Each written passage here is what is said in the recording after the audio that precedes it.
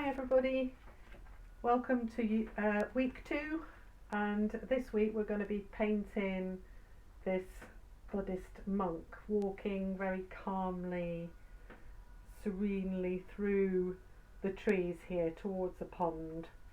So we're going to learn how to create this sort of blurry, misty effect, and also how to paint reflections in the water, how to mix colours appropriate for this picture, and we'll talk a little bit about composition as well.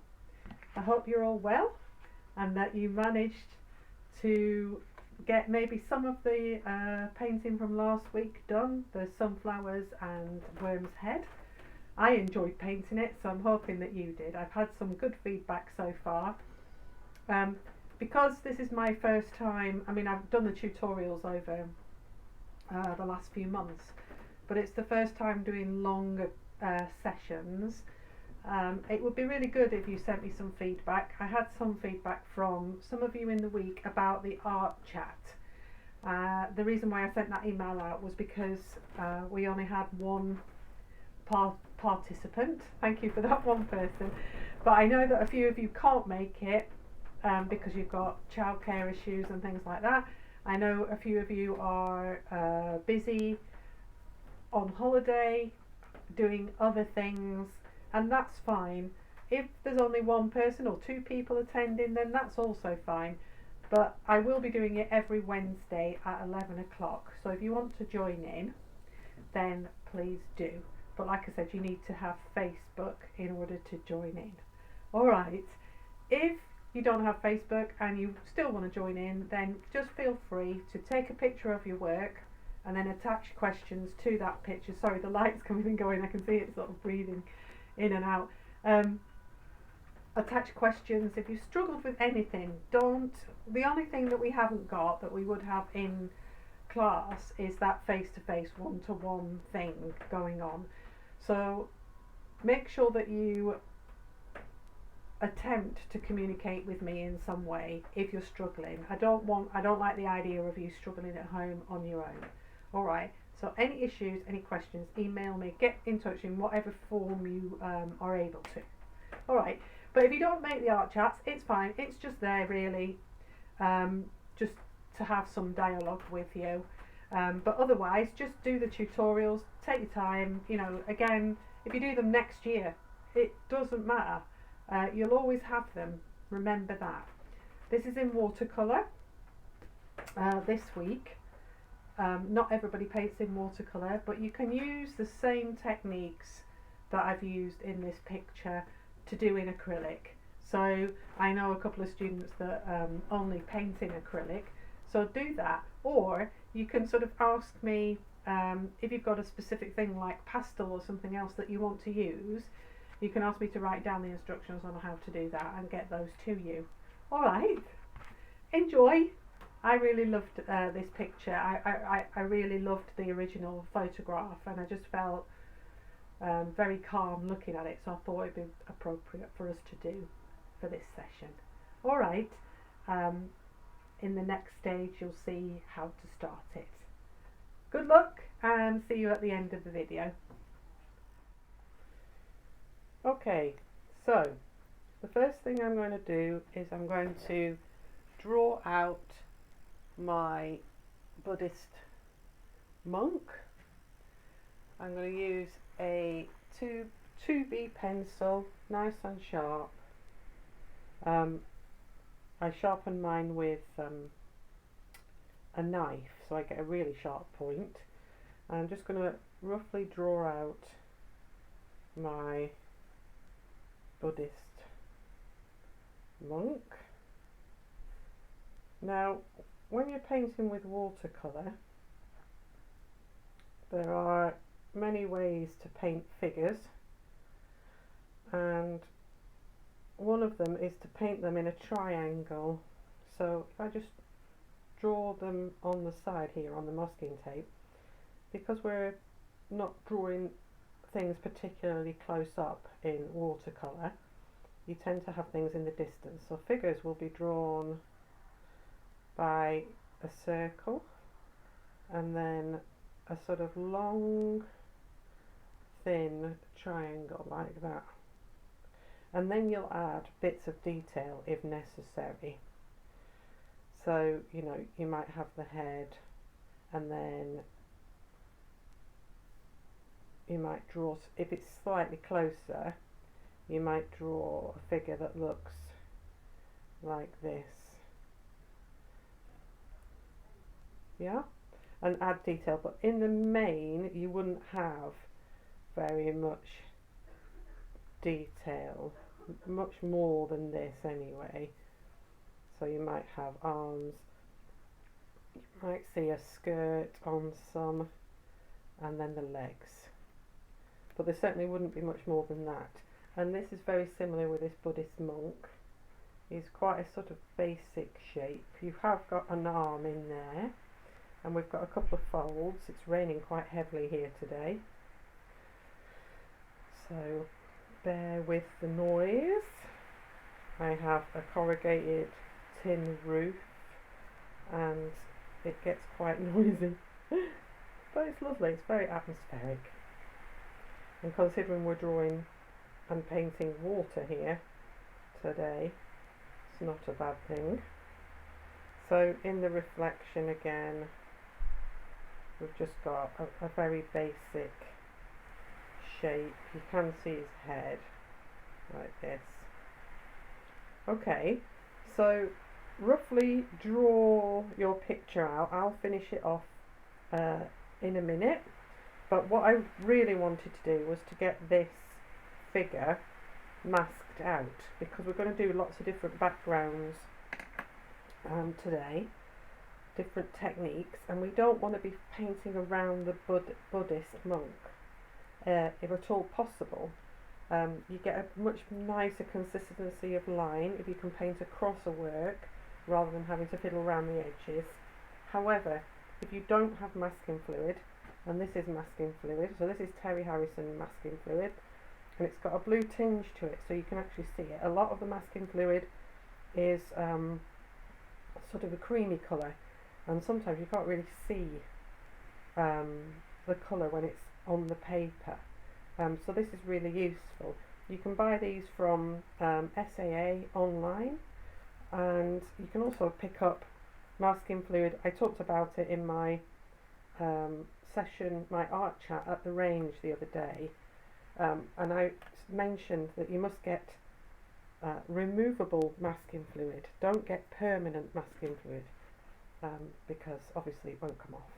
Now I've got a colour shaper here. This is a blending tool for pastel, and I find it really useful for putting masking fluid on, mainly because it's a rubber based tool. It peels off, the masking fluid peels off. The problem with masking fluid is that if you use it on a brush, it sticks to the hairs and it's really hard to get off. Well, you can't get it off. If it sets, that's it. You have to throw your brush away, and obviously we don't want to have to do that. So use any implement where you can peel off any masking fluid that sticks, because it goes off quite quickly, does masking fluid. So I've got a little section here. I'm just blocking out his body and his head, like that. And I'm going to do the same in the water, because I want that to be blocked out so that we can use a nice even line around this figure. Okay, so masking fluid. What happens if you haven't got masking fluid? Well, you can use other things like wax crayons and stuff like that, but the thing is they won't come off, so you won't be able to paint it afterwards. So if you can get hold of some masking fluid, then that's great. If you can't, then don't use wax. The only option for you is to use masking fluid. sorry, the only option for you is to paint around your subject. You can see that this is going off now, and I'm just going to, you know, it'll wipe off at this stage, but if you forget it and it adheres, it just peels off. It's a bit like sort of Copydex glue or PVA glue when you get it on your fingers and it rubs off. Okay, so that's the first stage. Draw out your image. Well, fix your paper first. You're using watercolour paper. If you're wanting to use acrylic, then you can use the same method. Now, I was talking to one of my other members the other day on our art chat, and he said that he wanted to use acrylic paints. So you can use acrylic paint, use it thin, so it looks a bit like watercolour, but it won't behave like watercolour. It won't have the same properties of blending and when you use wet in wet and things like that, and I'll explain that later. But you can use thin acrylic to do this painting as well. You can just use acrylic using similar techniques to this, but you can't use masking fluid. And the other option, if you haven't got masking fluid, is to use a stencil. So you can cut a stencil out and just sort of put it down on the paper and paint around it. That's another option. If you've got masking tape, you can cut out bits of masking tape and just put that around here. So there are other options if you want to take them, but for today, because we're doing watercolour, the best option by far is to use masking fluid. Okay, so the next stage you'll see, I'll have the masking fluid will be dry and this will be drawn out.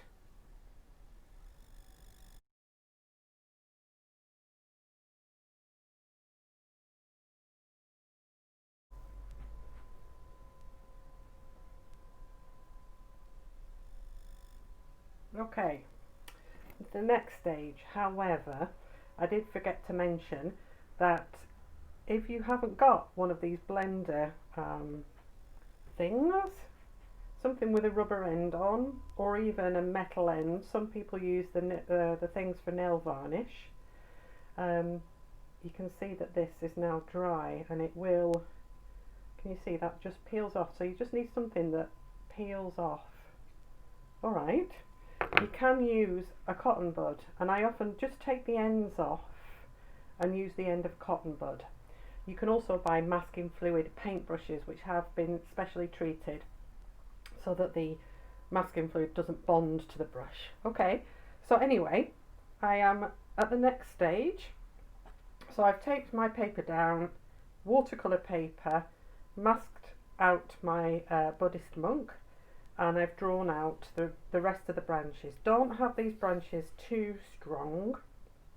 If you've drawn and you're heavy-handed like I am, then just use a putty rubber just to rub out any marks that you don't want and to lighten up any heavy lines.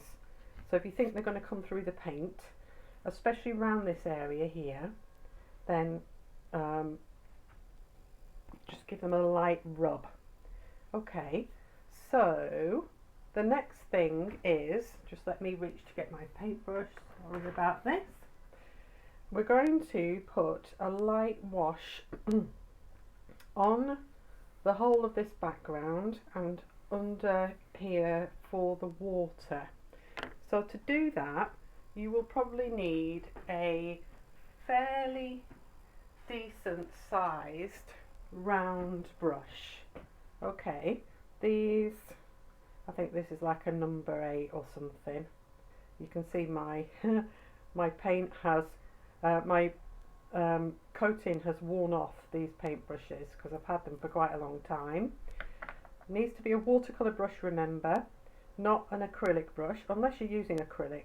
Watercolour brushes tend to be short and have brown bristles. Okay, so I'm going to, first of all, I'm going to mix up a pale green to go here. I've just made a little chart here. I'll just bring that up closer too so you can have a look. And this is just a rough guide to all the colours that we're going to be using. These are watercolours. Now, if you're doing it in acrylic, you can use exactly the same, but the difference between watercolour and acrylic is that you have to water down your acrylic and also lighten it using other colours and white. Whereas with watercolour you don't use white at all. Alright, so don't use white to lighten your watercolour, because that makes the colour slightly matte and less transparent and not as efficient as it should be. Okay, so just remember that. We do use white in acrylic occasionally, but I will show you how to do that at some point. Alright, but avoid white in watercolour. Use white in acrylic. Alright, so that's just a little guide for you. I'm keeping the colours fairly minimal. Colours that I know that you will have in your set, so you don't have to go out and buy them. However, if you don't have a lemon yellow, then just use whatever yellow you've got. Alright, I know that some sets have only a cadmium yellow in, and that's fine. Okay, you won't get the sort of acidic green which is on this image. And just to talk about the image, it is a photograph, so you know we can use photographs. There's millions and millions of photographs online, and I chose this because it was quite a calming image, and at the moment a lot of us are stressed out and we need a little bit of calm. So I just was really taken with this picture, and it's not my picture, but we're producing a painting from it, so it's very different. You haven't got any copyright issues and things like that, so you don't need to worry about that. I often use a lot of pictures out of calendars. Sorry, just having a sip of tea. They're really good because they're beautifully composed. They're taken by professional photographers, so you've already got half the job done, you know. But if at all, if you can, always use your own photographs. But in this instance, we're just going to be using this Buddhist monk as a subject. So what I've got here is lemon yellow.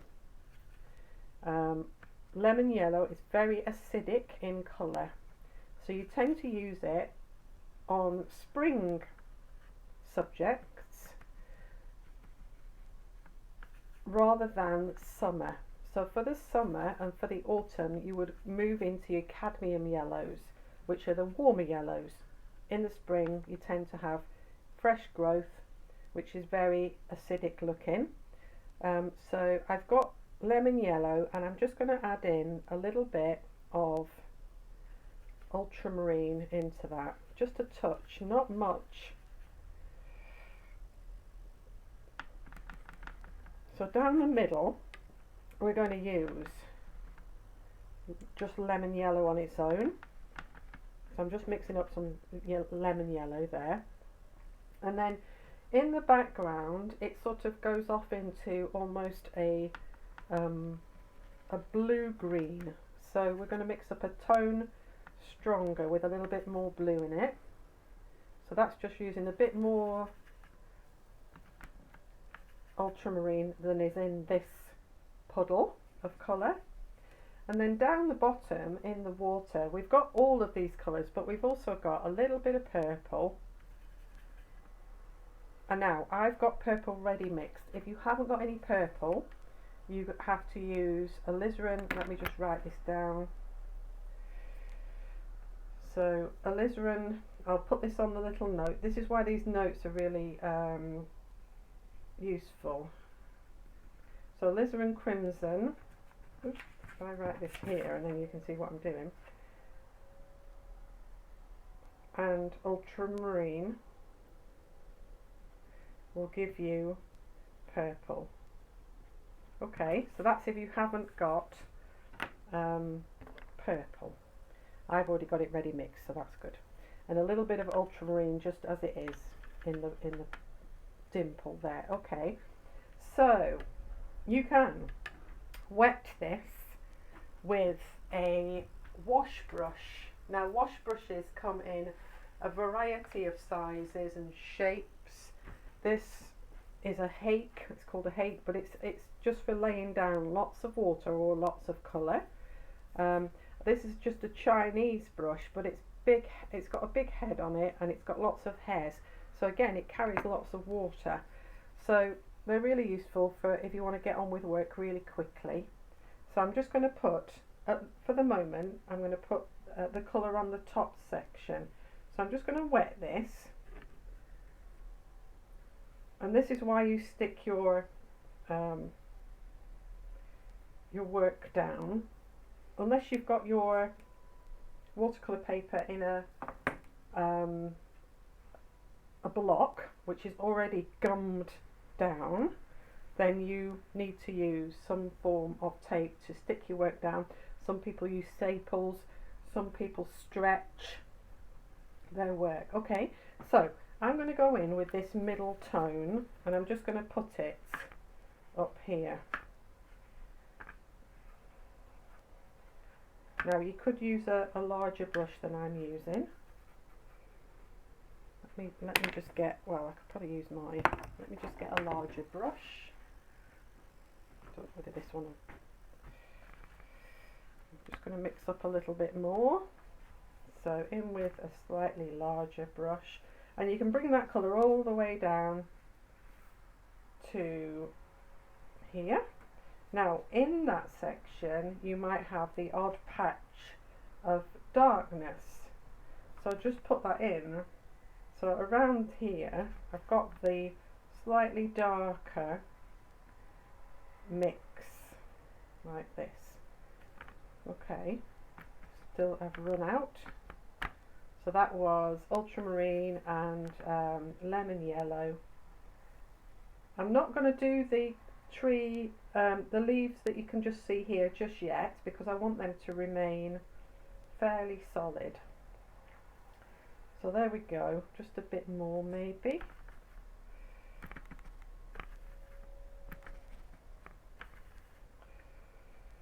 Just a bit more in here. You don't need to worry about your trees because we're going to be painting over those, aren't we? Alright, the other thing you could possibly do, if you've got it at hand, is to take a sponge and sponge these marks on. Okay, we have got a little element of brown, sort of pinky colour coming through. So you can use a little bit of yellow ochre, maybe just yellow ochre, but if you want it to be a little bit pinker, then just add a little bit of alizarin crimson into that yellow ochre colour. And we're just going to pop in a little touch, can you see that?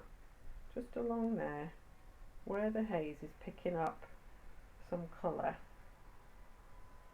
And maybe a bit up here.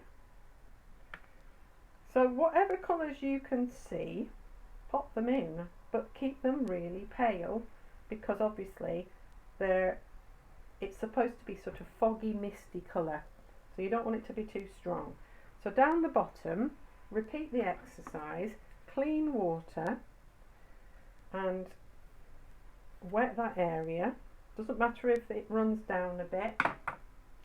Take up the colours that we've used, the green colour, put that along the section that hits the land, and then a little bit where the trees are reflecting, like that. Enjoy this bit, it's really fun. And then we go into a little bit of purple, like that. I'm just going to wipe my brush off so it doesn't get too muddy. A little bit of purple. I'm going to add a touch more in there. There's a hair there. I'm just going to try and get rid of that. There we go. Touch more purple just along the middle. A bit stronger. Just in there like that. And can you see I'm just working left to right, right off paper, on like that. So from one side all the way across to the other. And make sure that you keep your lines horizontal, because it is water, it's supposed to be flat. Don't go wandering off with diagonals, because it will make it a bit confusing.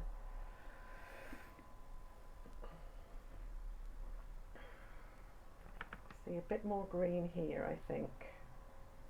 A bit more green in that section there. Okay, So I've got a touch of blue, a touch of purple in there, just to give a softness to that water, and also to separate it from what's going on above. You want to make sure that you know that this is water and it's not just extra greenery. Okay, so now's the time to put harder bits in. Just get rid of that. So down the bottom we've got some sort of fuzzy trees there. We're not going to put them in just yet because this is still quite wet and it will move a lot.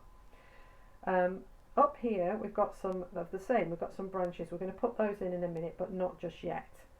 So what I'm going to do is I'm going to mix up a little bit more lemon and a bit of, but this time it's going to be a bit stronger. Okay, and I'm just going to go in here now and I'm just going to put in some stronger, slightly stronger green tones. Now this is bearing in mind that this paper is still wet, right? If it's not wet, it won't blend, so make sure that you work quickly in this area. Alright, so just blob those greens in. We want some nice blended greens, and then we want to put in, once, that was probably a bit strong but it doesn't matter, once we've once the paper started to dry off, which it is doing, we can put the ones in at the top because we don't want those to blend as much. So while we're waiting, we can put in that strip of really almost straight lemon along the middle area here. So right under his feet, right across like that. Okay, nice and strong. It needs to be really strong, and it needs to be almost stronger in the center point there. And then we take up that lemon yellow. See how much we needed? I actually needed a bit more than I thought. So it's lemon yellow with a tiny bit of blue in it, but not much. And we're just going to put that above it. And again, don't worry if it bleeds a little into the forest in the background. That doesn't matter. And again, don't worry if it bleeds a little bit into the water. Okay, now to make it, well, it's bleeding, so I don't think you need to do anything about it. It's still wet, so it's bleeding upwards, so it's almost giving the impression of a bit of grass anyway, so I'm not too worried about that. But what I will do, because my water has started drying out a bit, I'm just going to put a damp brush, so that's not a soaking wet brush, just along the bottom line, just so that it bleeds into the water a touch more. Can you see? We just want it to bleed into that water a little bit more than it is doing.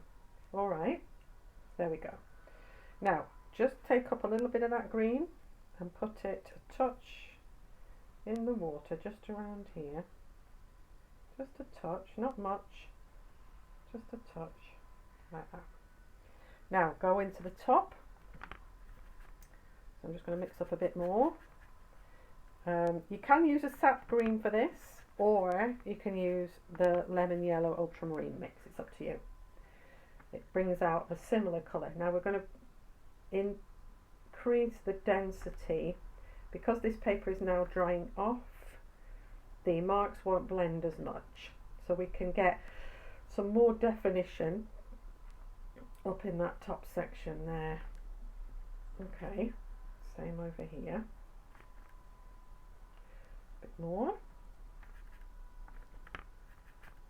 bit more definition coming down, and again just mark making with your brush, not to use a sort of nervous hand, don't get into any form of rhythm, so that your repeated marks, we don't want that. We want these to be sort of separate really from the blended marks that we've made. So just make them stronger and use them in a more defined way. Okay, there you go. Right, so I'm fairly happy with that, so I'm going to let that dry off now. Okay, one thing I forgot, getting like that, you know what it's like, is to, before you dry your paper off, once you've done this wet in wet section, is to put in some very light suggestions of branches around this area here, and I used burnt umber for those. Alright, so that's a dark brown burnt umber.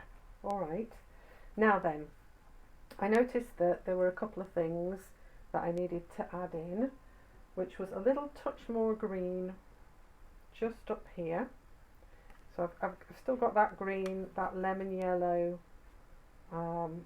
mix, and I'm just going to put in a little bit more stronger colour just around here. Okay, just so that it separates the lawn area, or whatever you want to call it, the grassy section, from the background. Alright, so just add a touch more. You can lessen it off as it comes over here because it becomes more blurred. So just lessen it off as you go over there, just by adding a little bit more water. I just noticed that it was a bit stronger in that section. Okay, so down here, now I realised that in the same process I didn't put the dark trunks down here. So I'm going to show you how to do it without wetting the paper here now. So the trunks that are down here are slightly darker in colour. So I'm going to take a little bit of burnt umber, and I'm going to add some ultramarine into it just to darken it further. You can use Payne's Grey if you've got it. Ultramarine will darken it up nicely. It needs to be fairly wet, but not too much paint on your brush. So just dab the brush off on the side so you've not got a paint brush full. And we're just going to come down here and we're going to put some lines in. Now you can see that these lines are very defined, and if they're not blue enough, add some more blue in. Need a bit more blue. Wipe the brush off so it's not carrying too much paint. Put these lines in like that. They're only there, and there's a couple of sort of slight, I'm just going to add a little bit more blue again into that mix. Alright, just in here like this. A few marks, just a few. You don't need them anywhere else, but just in that area there. It's just reflecting what's going on up the top, which I can see is not dark enough, so I'm going to put some extra colour in there. Now, without wetting the the paper underneath, sorry, I'm just leaning over to get myself a rag. All you need to do now is take some clean water on your brush, not too much again, dab it off and just soften those marks in. So just wet the tops of them and they will soften into the background. Now the reason why we don't have too much water on the brush is because if you have too much water, it spreads and it forms what they call cauliflowers, and we will come across these things from time to time in watercolour where it spreads out a little bit and it forms these sort of, it's just where wet marks are linking up with dry paper and it ends up forming almost like a cauliflower head. Okay, so just soften those lines up there, and you can even drag them down into the tree canopy which is behind it like that. Okay, just a suggestion of mark, but ideally you should put that in while it's still wet like we did here. Alright, And I'm just going to use that same colour.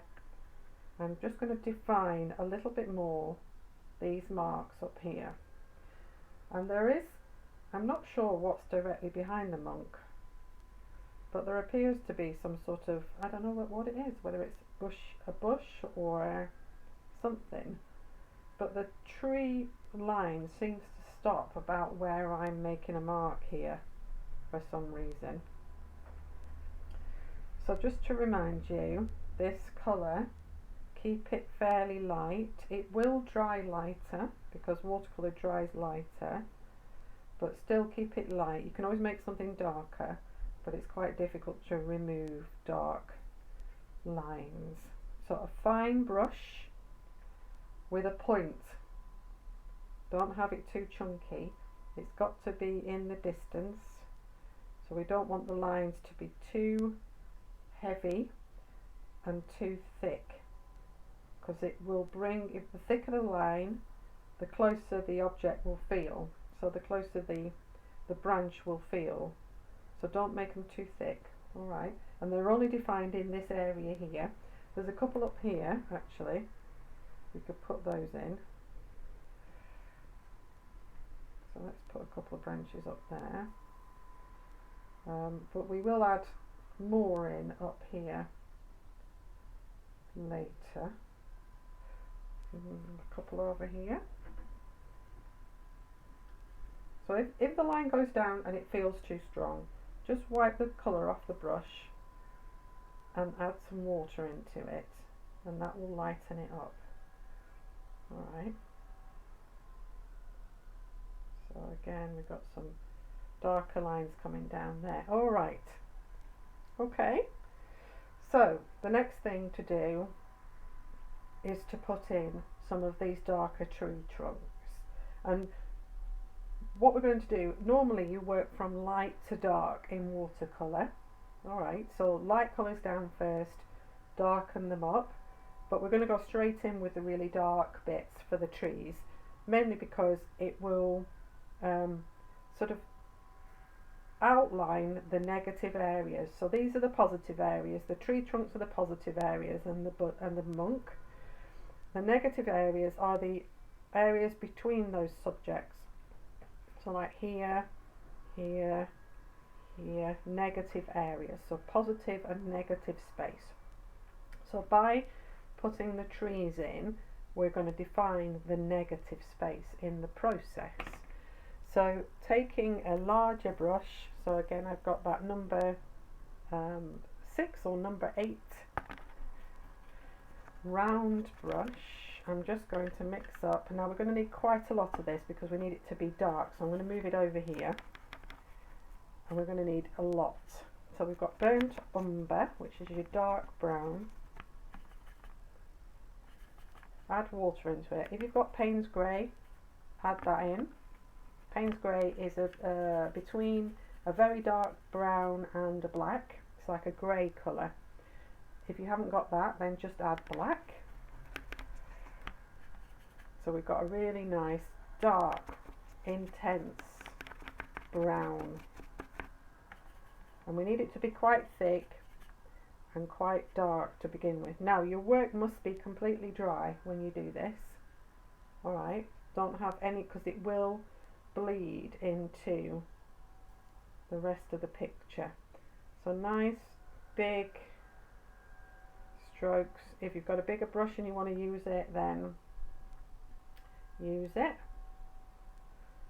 Come down here like this. Now that one's quite dark and it's reflected in the water, so I've made it dark in the water also. For the rest I'm going to work on them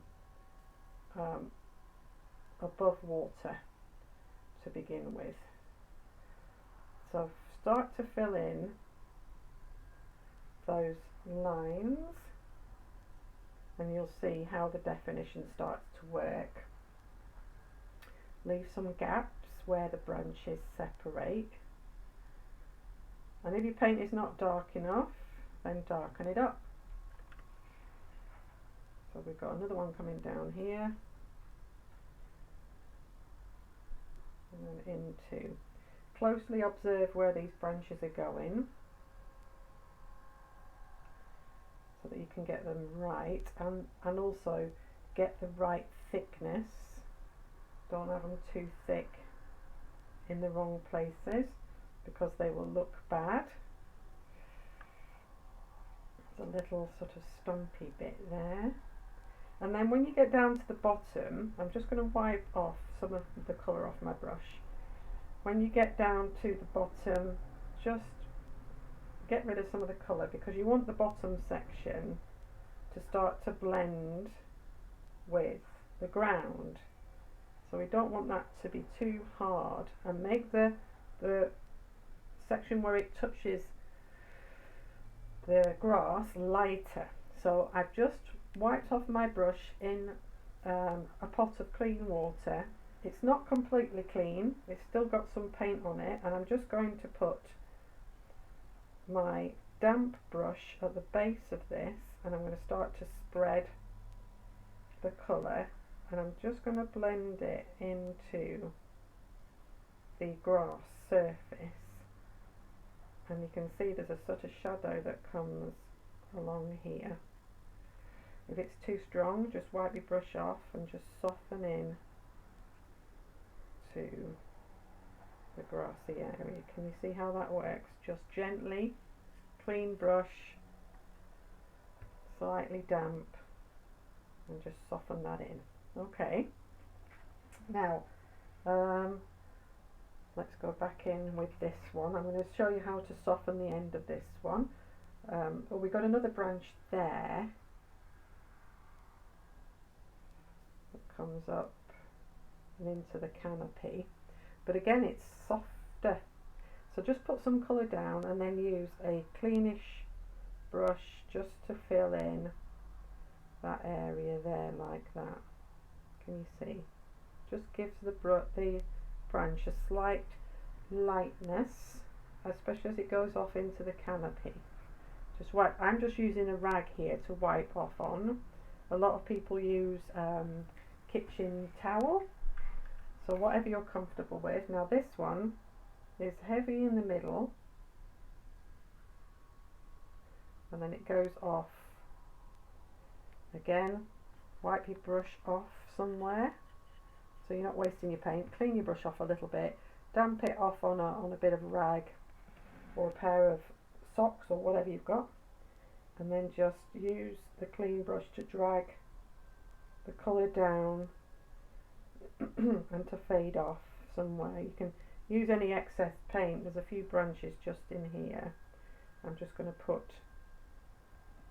a bit of colour in there.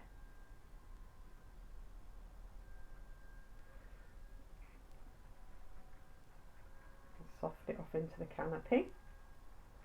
So can you see how I'm building up those branches? So there's slightly lighter branches, so slightly less pigment on your brush for the distant branches.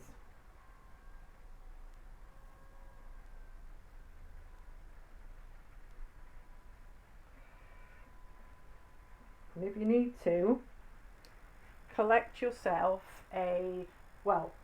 get yourself, you can either use a rigger or a detail brush.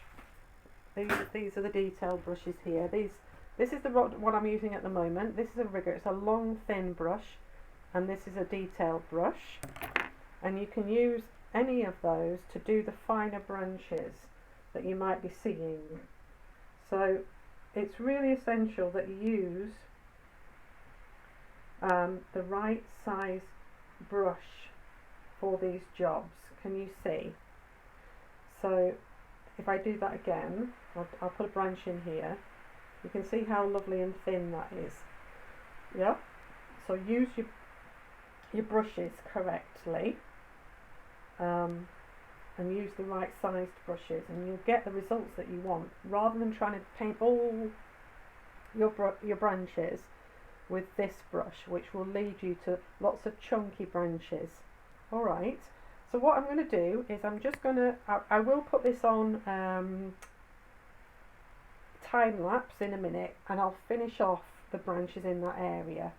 Down here what you need is a mix of the burnt umber, so the same colour, but you need to put more blue in it.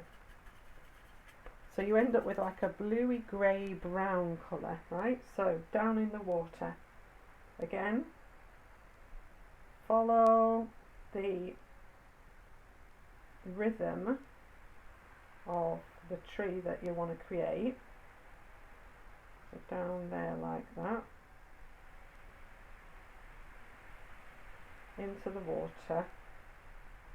Like so. Now a reflection is always darker nearer to the object than it is anywhere else. So put more paint here. More paint in this area here. And let it sort of drain down into that wet area there. Alright. Use a detailed brush if you want to get those. Find it, there's a little lump there that's being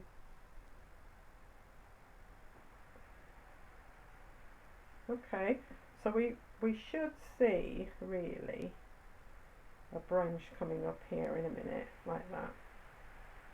Alright, it's not on the picture because I've got slightly more water in my picture.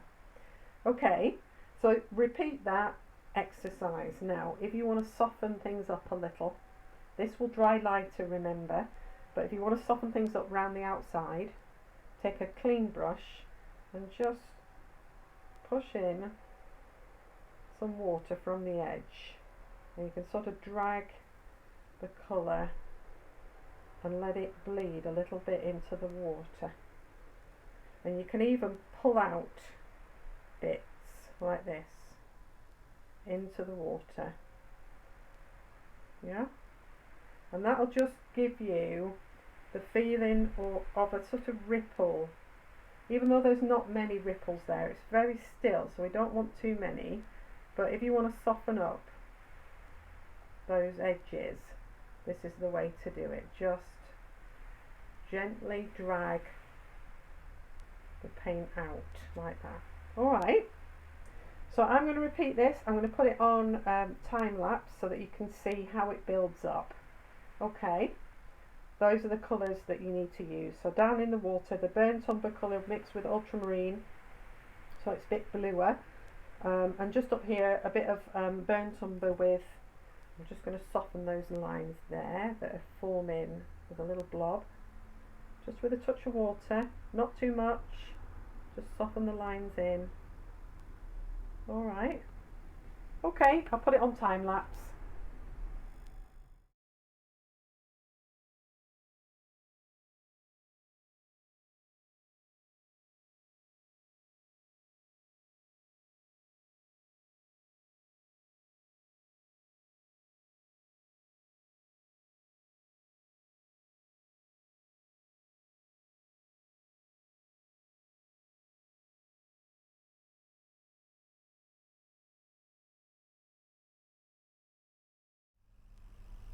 Okay, so as you can see, I finished off the trees in the middle ground, in the distance, and in the water.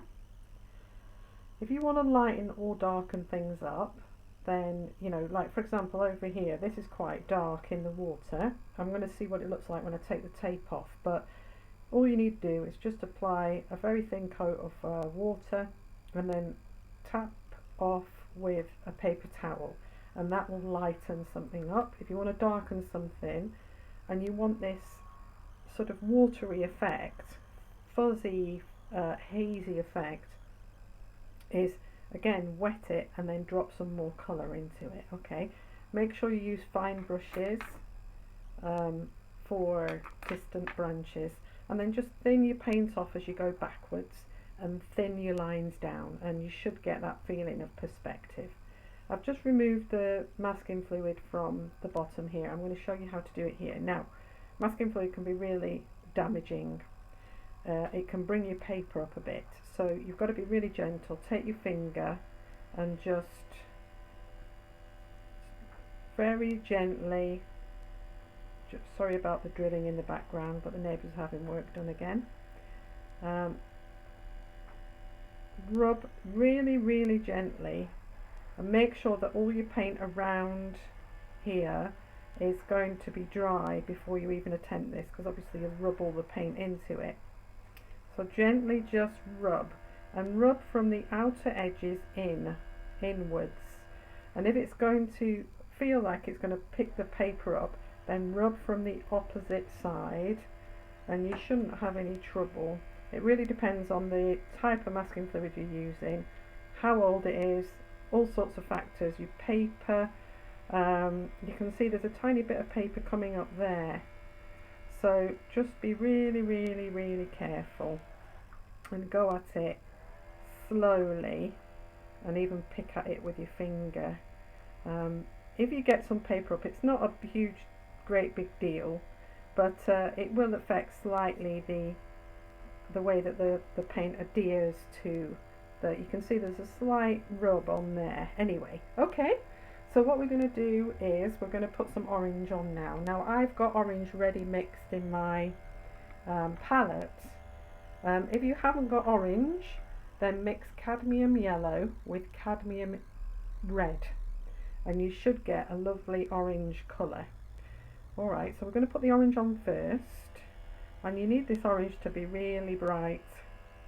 And the reason why I suggest that you buy an orange is because you'll get this bright orange colour rather than a sort of dull burnt orange almost. So his shoulder comes out. Pay careful attention to where the folds are on the cloth and how they fall across the legs and things like that. We can see a hand, so I'm just going to paint gently around a suggestion of a hand here, like that. We can't see his other hand, so we're not going to bother painting that in, and we just need to block that in really strong. Now the orange above the water, so the orange of the actual monk himself, needs to be really thick and bright. Okay, the orange below the water can be slightly paler, so just add a touch of water in again and make it lighter, because it's in the water, it's a reflection, isn't it? So it's going to be slightly a tone lighter as a result. Alright, we can't really see his hand in the water, so we're just going to block him in like so. Okay, so you can see the strength, the difference in tone there. To make the folds, just take a little bit of orange and add in something like a burnt umber or something like that, and just darken, ever so slightly darken up the colour. So in where his arm is, there's a little fold across there, and you can do this either before or after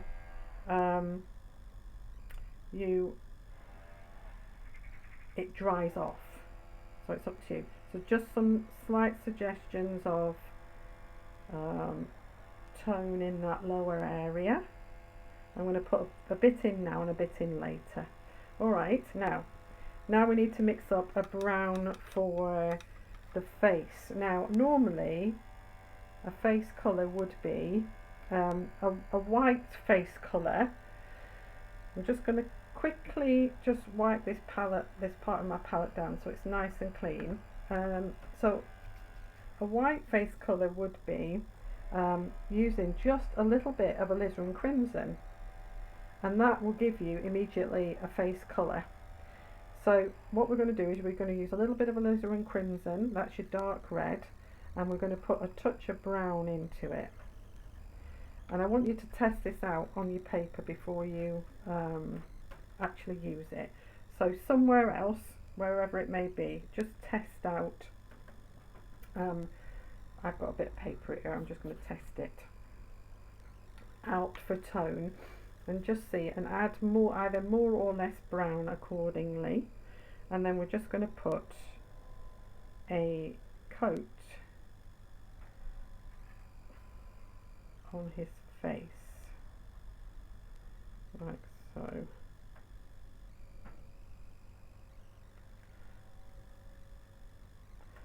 If you need to add more brown, add more brown. That's burnt umber.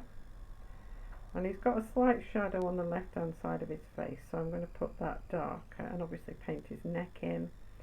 Put a little suggestion of where his hand is. And again, as the paint comes off the brush, or you can thin it down with a bit of water, put in the head in the water.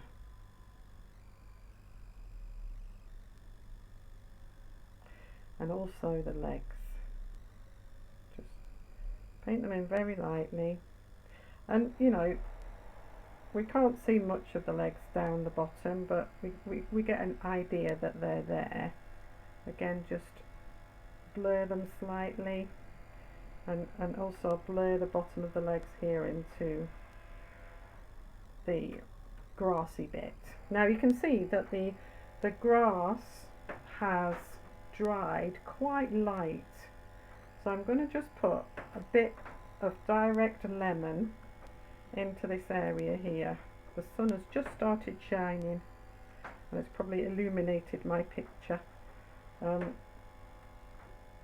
So into that lemon colour, and we're just going to highlight that area along the middle a little bit more, like that, just so that we know that that is where the focus is.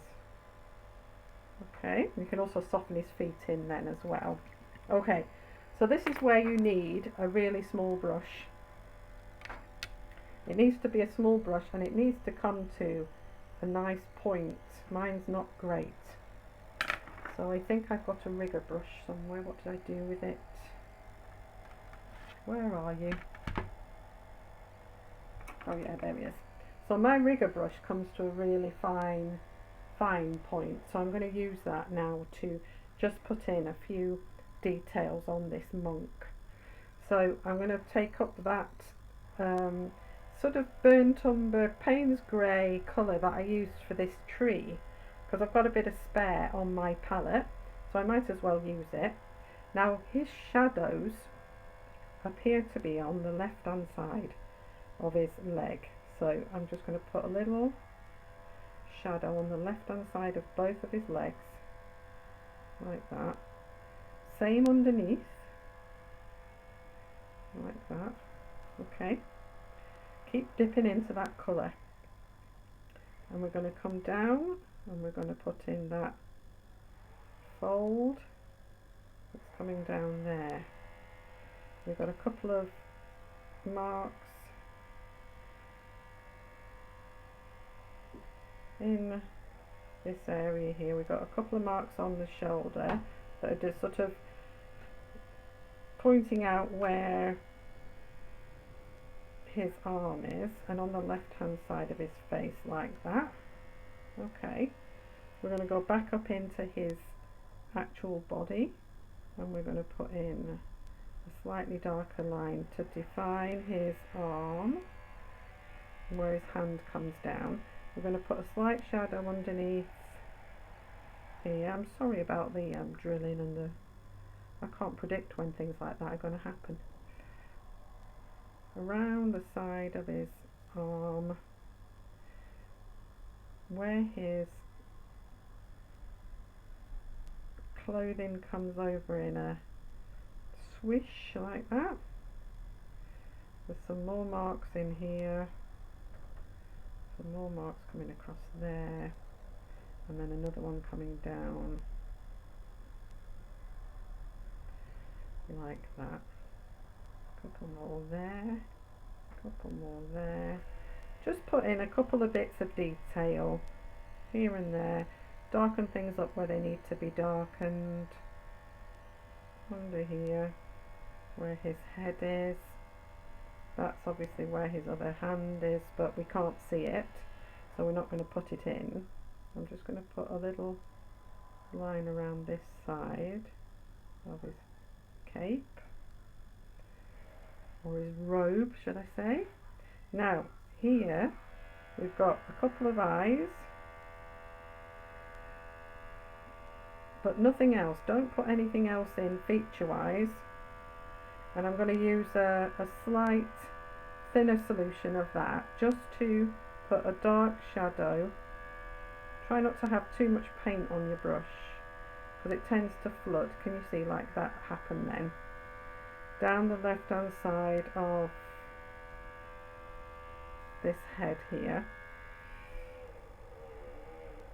Okay, just going to soften that eye in a bit there like that.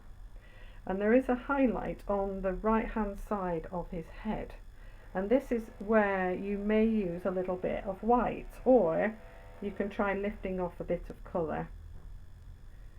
So you can just literally put in a clean brush and try lifting off. But if you want more of a highlight on the right hand side of his head there, then you could put a little bit of white gouache in there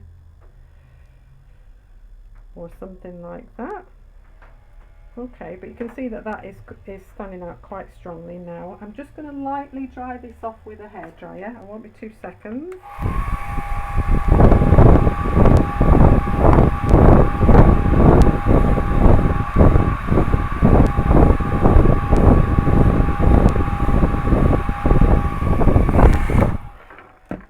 Okay, so let's go back in with some darker tone now. Now I'm using almost straight Payne's grey here, with a very thin brush. I'm just going to come in, and I'm going to come in really close so I can see what I'm doing. So around the side of his head, like this. Now some of you may find this really fiddly because it's quite small. So if you do find it fiddly, then you can always use a pencil or something like that just to define his face a little bit more. But like I said, it's only a suggestion really. There's his eyes. You can put a sort of, don't really put too much detail. The problem with watercolour is that it really doesn't need too much detail in there to define these things. So just be very careful with how much, you don't want to be drawing eyeballs and stuff like that. So just down the side of him again, into that Payne's grey colour. I'm going to put an extra bit in here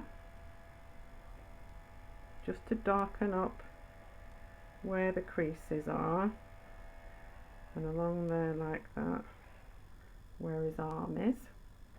I'm going to darken up this because I want this to be really, because this is a really important part of his robe, and it suggests where the arm is coming through. Down the side again into that curve.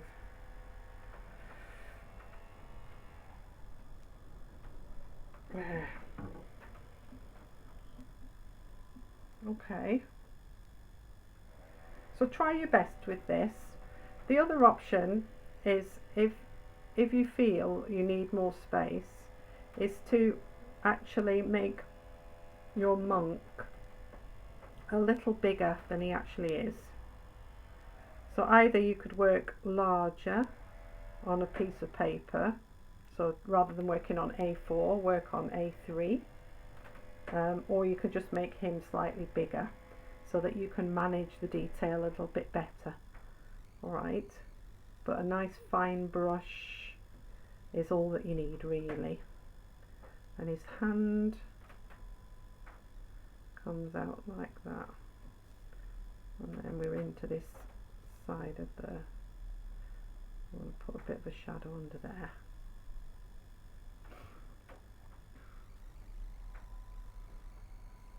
A bit more shadow where his legs are, I think, just above, not below. I'm not going to do too much definition, but I'm just going to put a little line just on that edge there, just so we crisp that edge up a little bit, like that.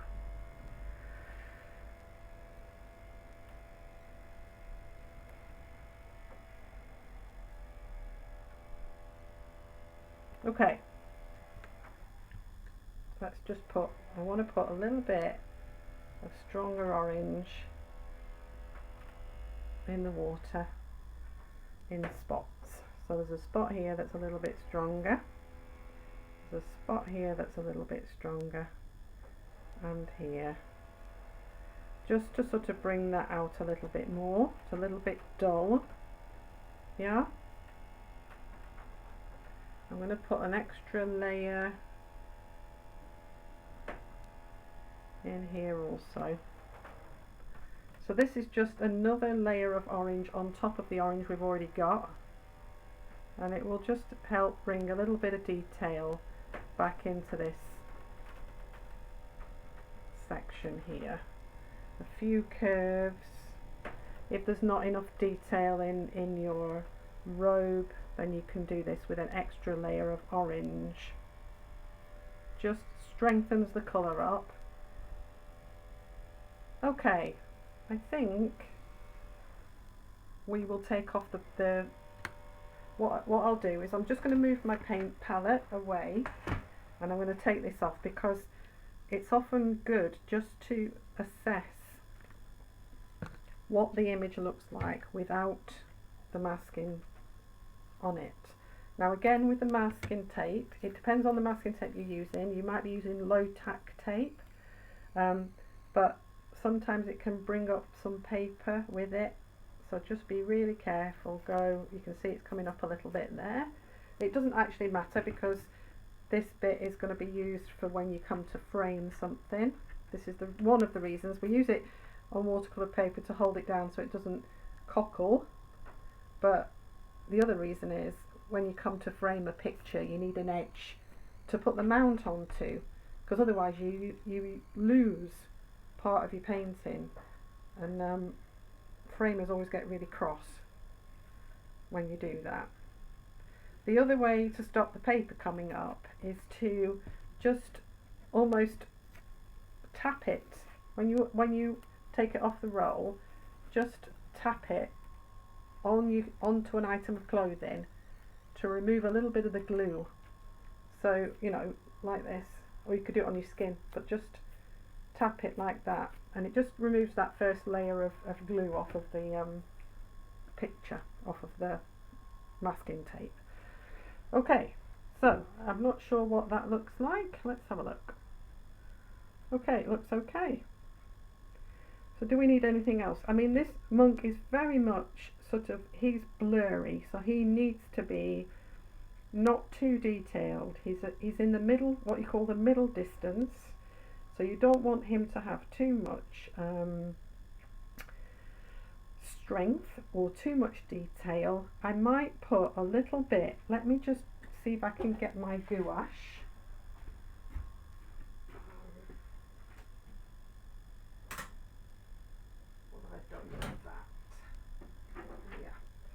So here I've got a little touch, well, some gouache here. This is matte watercolour basically, so it's non-transparent. I've got a blob there, look, that I can just pinch, that's oozed out. So if you've got white areas that you've lost on a watercolour painting, you can use this white gouache. You can also use white acrylic, but just remember with white acrylic then it won't come off. This, you can't really paint over it with watercolour then. Whereas with gouache, because it's water based, you can use watercolour with it. So just to reintroduce, in fact that brush is not great. Let me just take this rigger brush, nice clean, little bit of this gouache just on the tip. You can see how fine that tip is and how I will be able to control the addition much more easily. So just a highlight on his head like that, which will catch the light. Has he got it anywhere else? Maybe a bit on his cheek, just there. And with this, what you're going to do is just wait for it to dry a little, just a slight on his hand, maybe a couple of bits, just catching the light on You can have a go with using white watercolour, but it tends to sort of seep into the paper a bit, so you can't really see it very well. So, you know, it's up to you. Just, can you see how those highlights are now sort of coming out a little bit more? There's a little bit more detail there. I'm going to bring that white down a touch, just across the top of his head there. I may darken his face up a bit more, just a touch. So that's white gouache. You can pick this up at any art shop. It's, you know, £2 or £3 a tube, but it's a really useful thing to have. Like with the masking fluid, it's a good thing to have in your collection. You don't have to rush out and buy it immediately. I will always give you options. Okay, so I'm just going to darken up the side of his face a little, like that. There.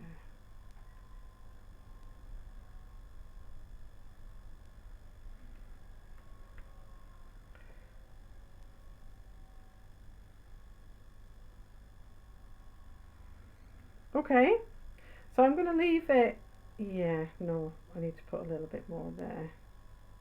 There, that's his legs. Okay, I'm going to leave it at that for now.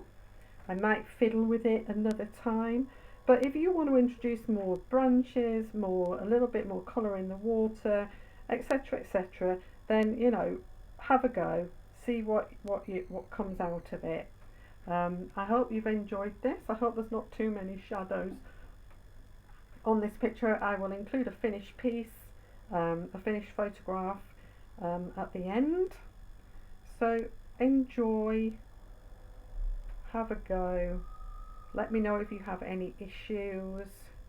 It's a beautiful picture actually. Now I'm looking at it a bit more, I'm able to see, but I still think that this bit here is a little bit heavy, so I might just work a little bit onto that. If you want some more, you can just see another thing as well, which is if you want a little bit more texture in your grass, you can use a fan brush for this, which is another brush, but we'll talk about those another time. But if you wanted a little bit more texture in your grass, is to go and just put in some marks like that, just along, can you see? Use them from top to bottom, so press your brush down and flick upwards, so that the point is at the top of the grass is thinner than the one at the bottom. So you can just put a little bit of grass here and there, can you see? But again, don't overdo it. We don't want to lose the vividness of those colours, but that's quite nice. Just add a few here and there. Let's put a few more in. If I get quickly, I'll get a fan brush here. Right, so I've got a fan brush here. This has got a long handle, but you can use this for both acrylic and watercolour. I'm just dipping it in to the lemon yellow, and not too much water. You don't want too much water on these things.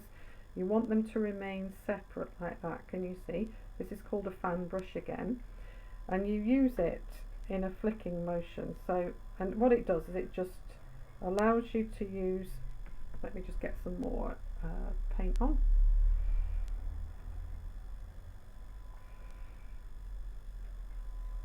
So make sure that the bristles are separated like that, and it just allows you to paint in a multiple layer of brush marks rather than individual brush marks, you know.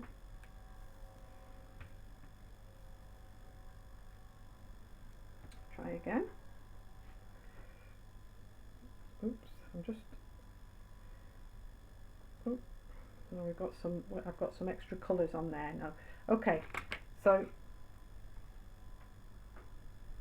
just use whatever tool you fancy using. Okay, and just put some extra marks just in that foreground area.